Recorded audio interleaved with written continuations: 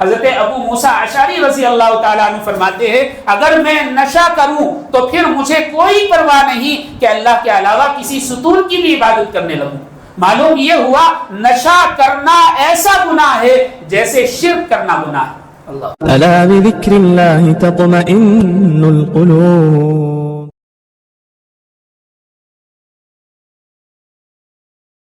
السلام علیکم ورحمۃ اللہ وبرکاتہ۔ الحمد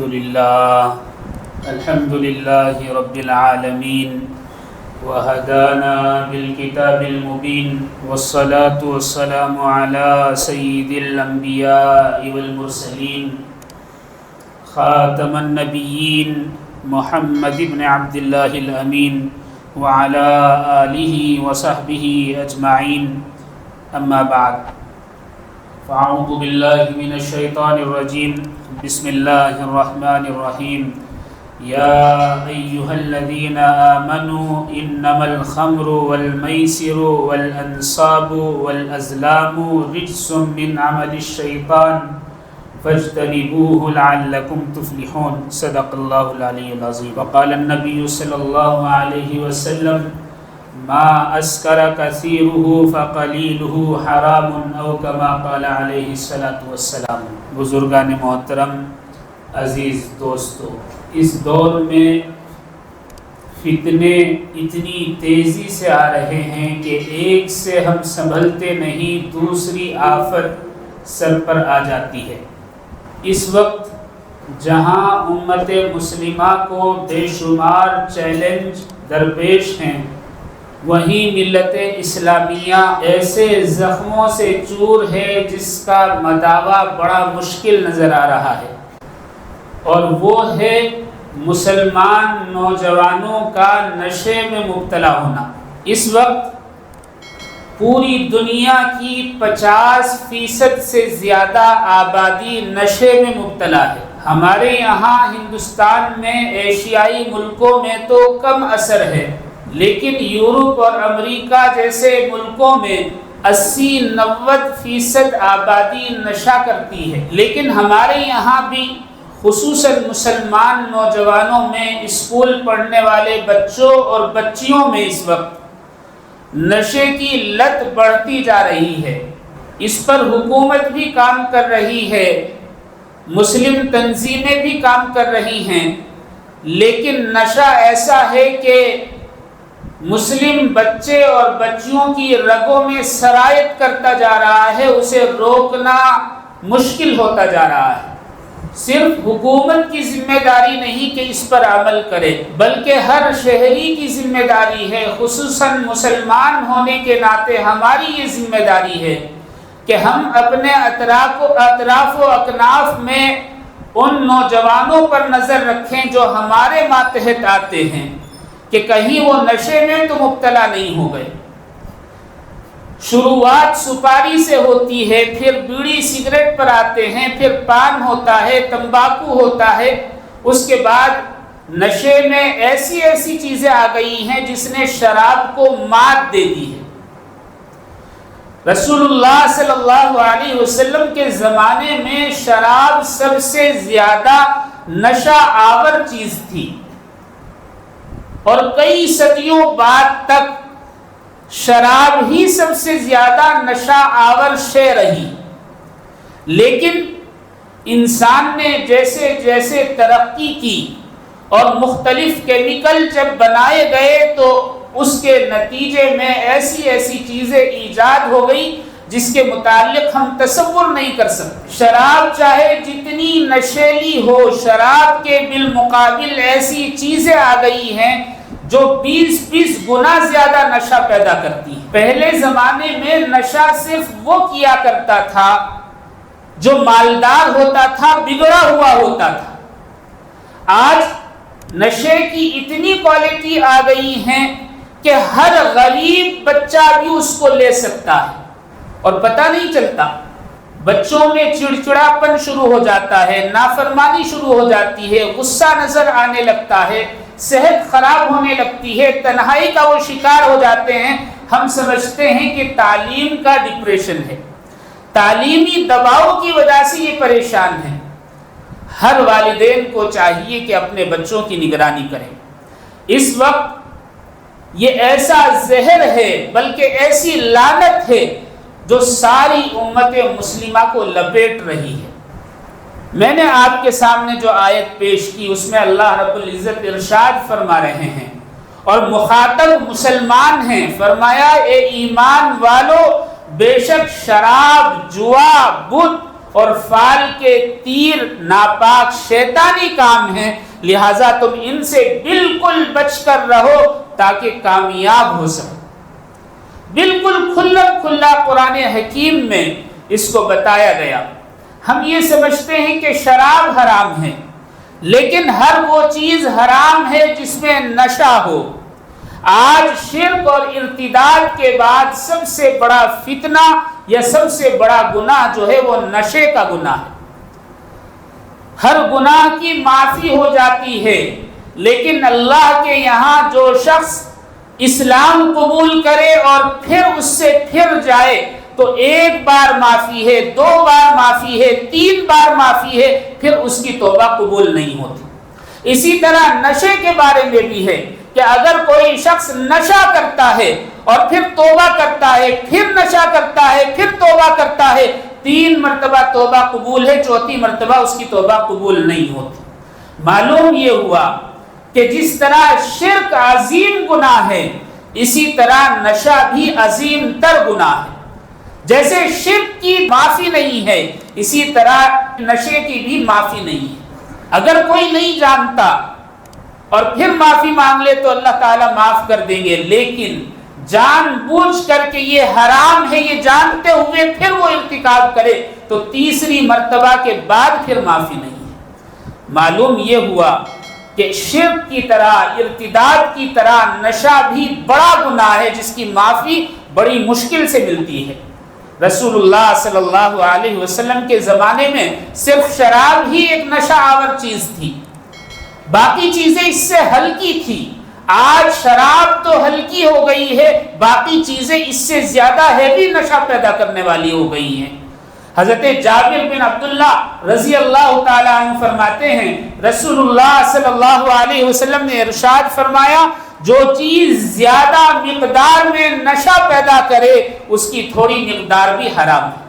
اللہ، ہمارے ہاں بہت سارے لوگ کہتے ہیں کہ سگریٹ جو پینے کے عادی ہیں ان کو کچھ نہیں ہوتا، پہلی مرتبہ کوئی پیتا ہے تو اس کو اثر ہوتا ہے۔ یاد رکھیں اگر اس کی کوانٹٹی زیادہ نشہ پیدا کرتی ہے تو اس کی کم مقدار بھی حرام ہے۔ میں بڑی بات کہنے جا رہا ہوں، کوئی حاجی ہو، کوئی نمازی ہو، کوئی امام ہو، کوئی عالم ہو، کوئی داعی ہو، کوئی کیسا بھی دیندار ہو، اس کی ذات کو ہم آئیڈیل نہیں بنائیں گے۔ آئیڈیل اللہ کے رسول اور صحابہ کرام ہیں۔ کوئی بیڑی پیے، سگریٹ پیے، تمباکو کھائے یا کوئی اور نشہ کرے وہ ہمارا آئیڈیل نہیں ہے۔ آئیڈیل قرآن اور حدیث ہے اور صحابہ کا اسوہ ہے۔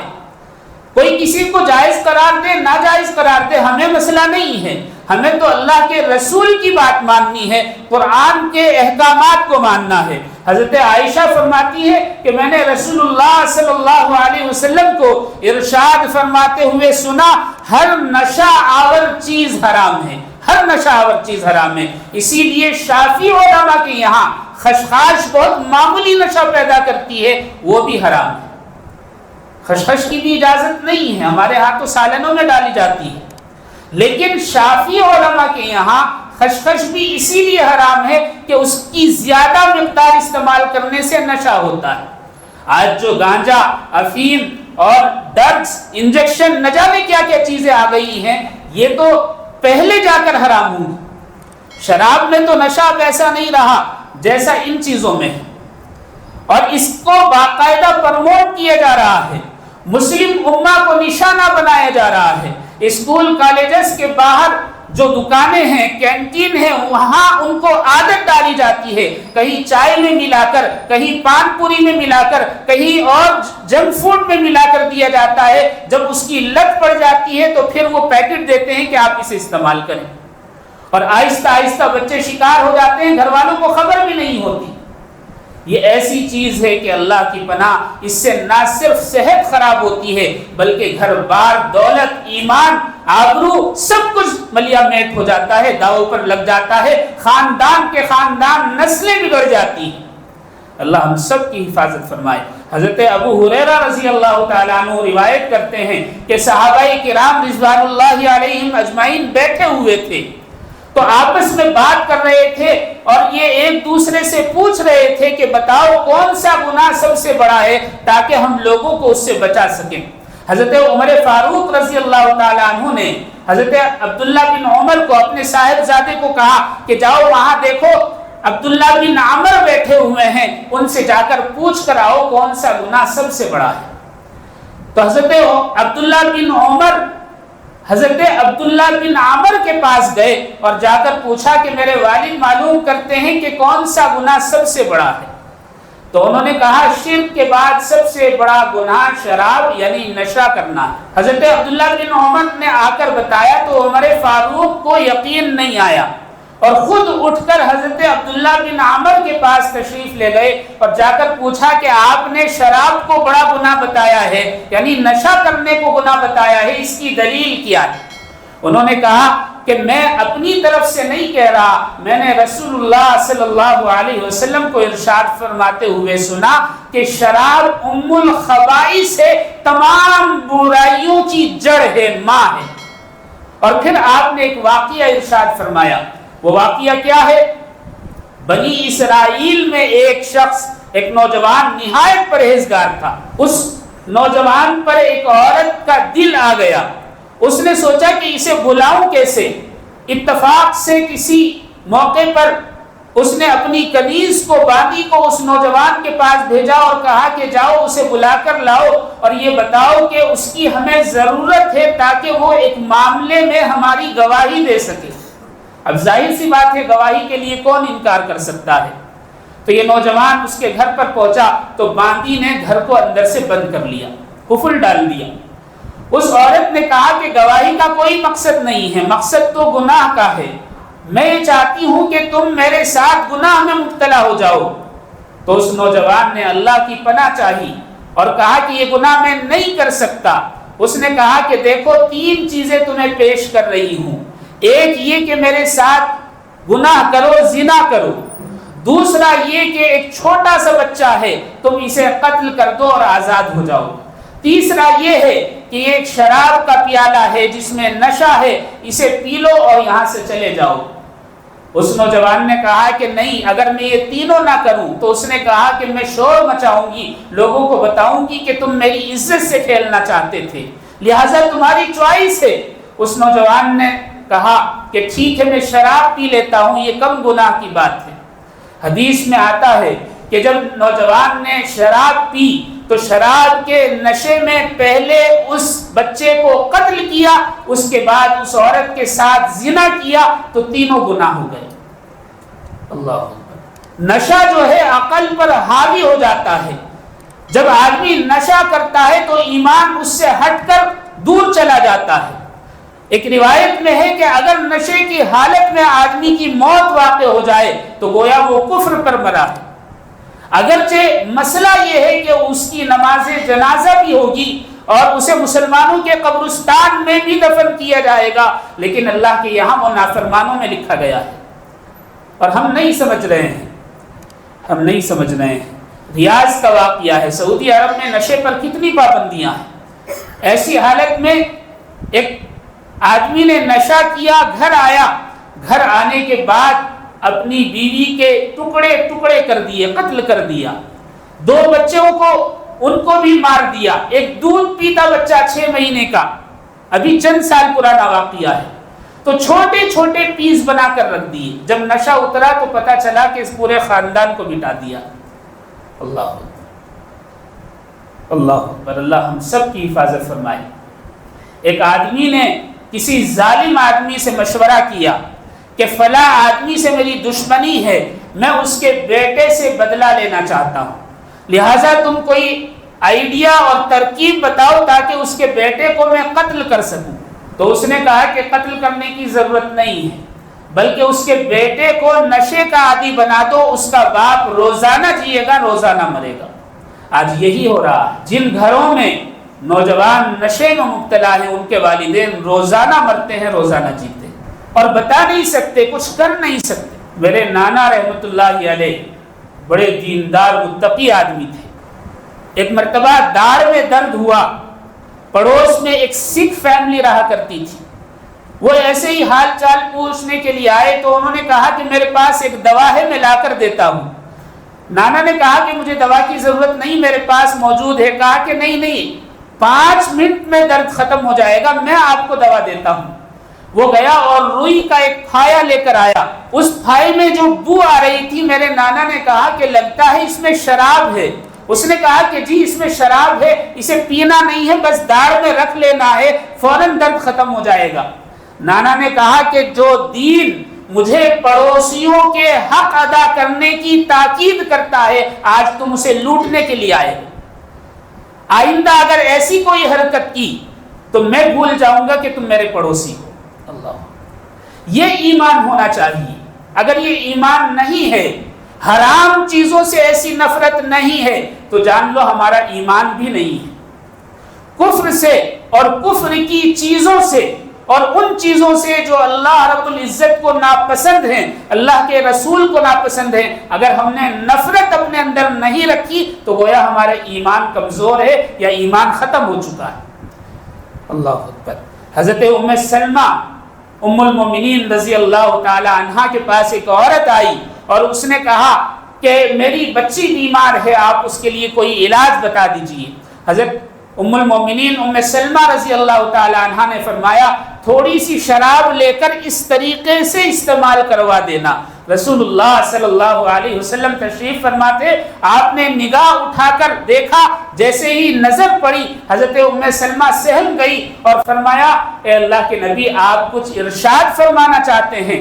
رسول اللہ صلی اللہ علیہ وسلم نے بڑے سخت لہجے میں ارشاد فرمایا، ام سلمہ مجھے بتاؤ حرام اور ناپاک چیزیں کب سے شفا دینے لگی ہیں؟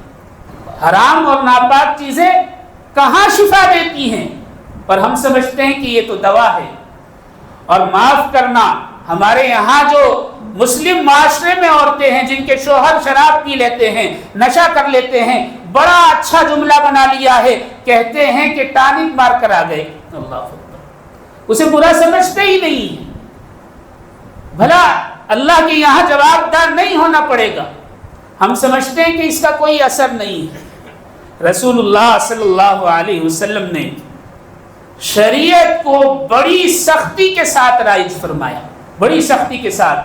ایک صحابی حضرت نعمان زمانہ جاہلیت میں شراب کے عادی تھے، جب شراب حرام ہونے کے احکامات نازل ہوئے تو چھوڑ دی، لیکن بھول گئے اور بھول کر انہوں نے شراب پی لی۔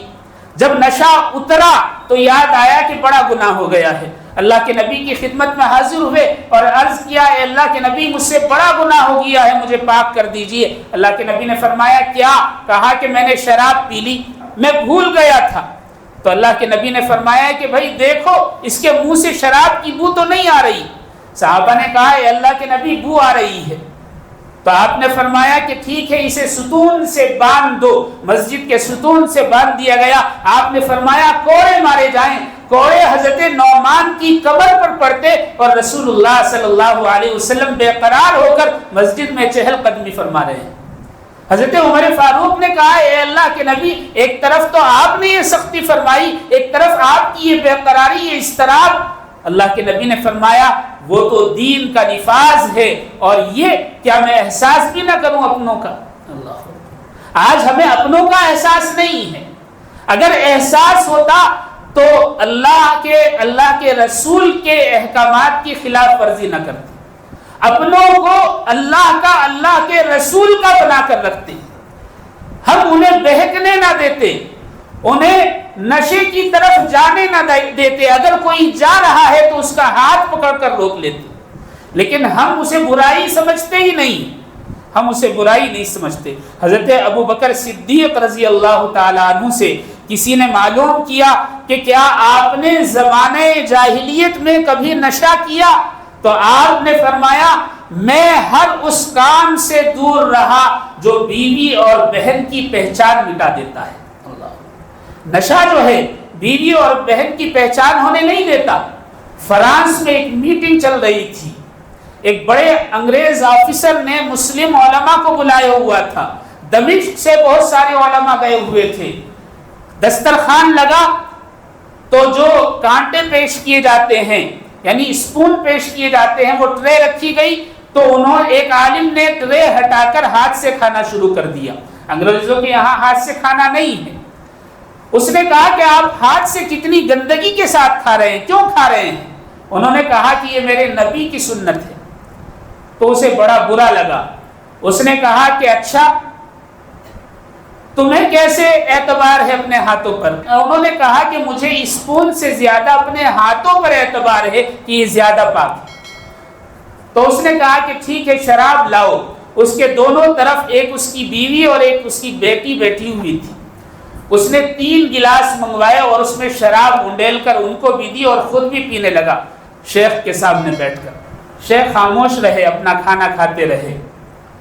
اس نے کہا کہ شیخ ایک بات تو بتاؤ۔ عالم نے کہا کہ جی۔ کہا کہ یہ شراب ہے جو میں پی رہا ہوں، میری بیٹی اور بیوی پی رہی ہے، آپ کے یہاں حرام ہے؟ کہا کہ جی ہاں۔ کہا کہ یہ انگور ہیں، انگور حلال ہیں؟ کہا کہ جی ہاں انگور حلال ہیں۔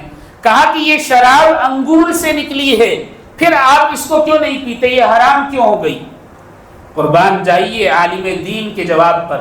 انہوں نے کہا کہ یہ تیری بیوی ہے اور یہ تیری بیٹی ہے جس کے ساتھ تو بیٹھ کر شراب پی رہا ہے، یہ تیری بیٹی تیری بیوی سے نکلی ہے، بھلا تیرے لیے یہ بیٹی حرام کیوں ہو گئی مجھے بتا۔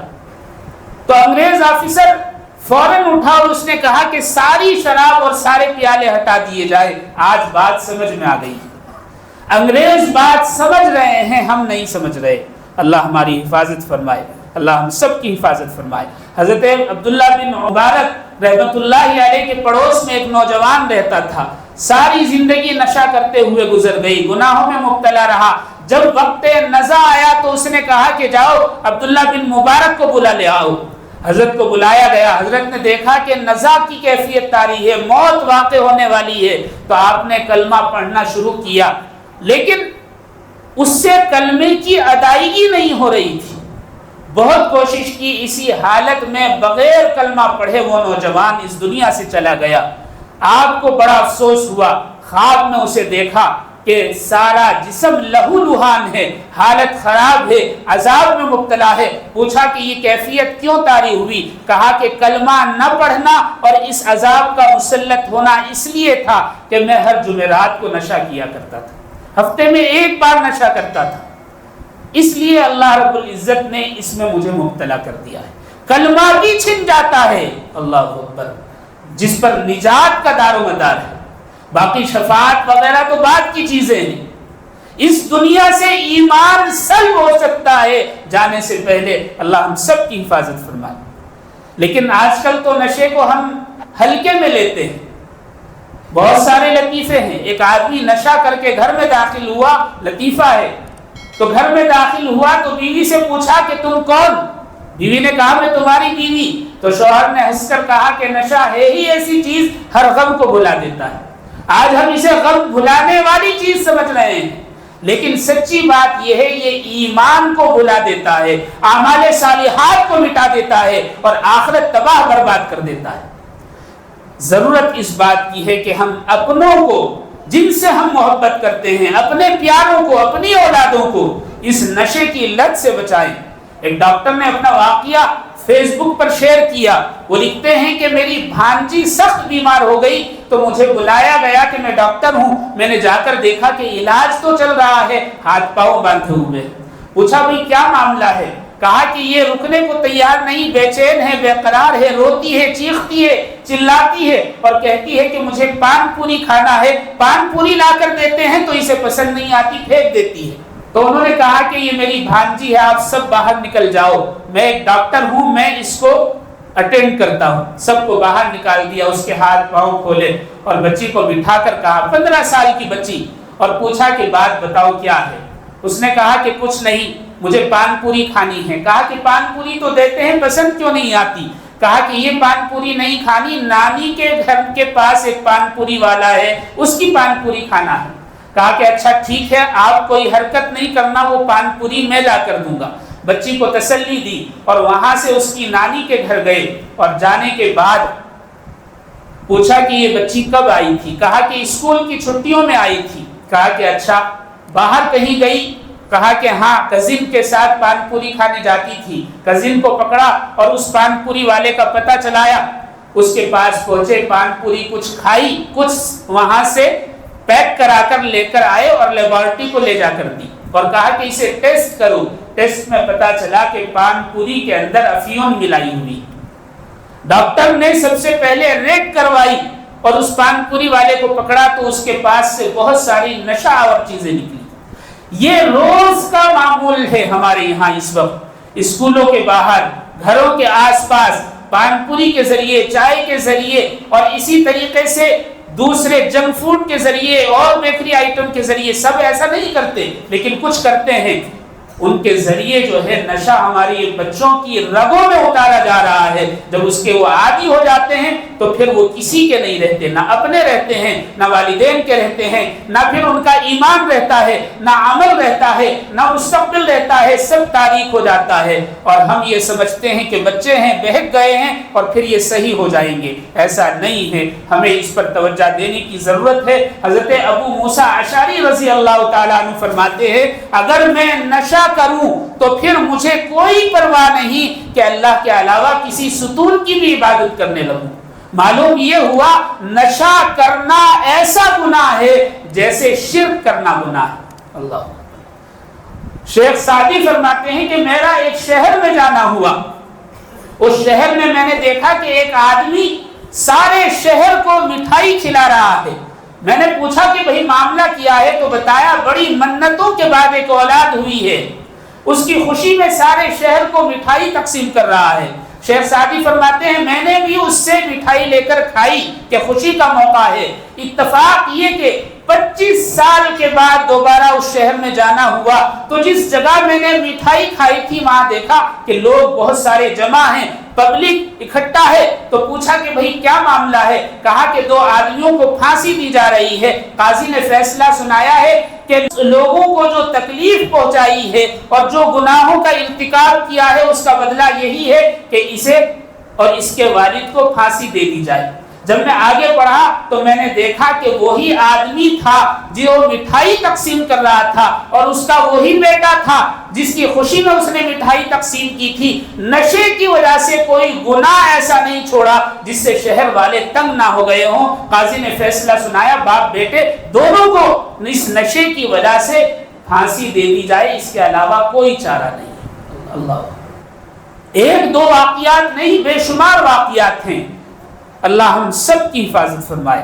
نشے کی سزا اسلام میں 80 کوڑے ہیں اور زنا کی سزا 100 کوڑے ہیں۔ آپ اندازہ کر سکتے ہیں کہ یہ کس قدر مماثلت رکھتا ہے گناہ۔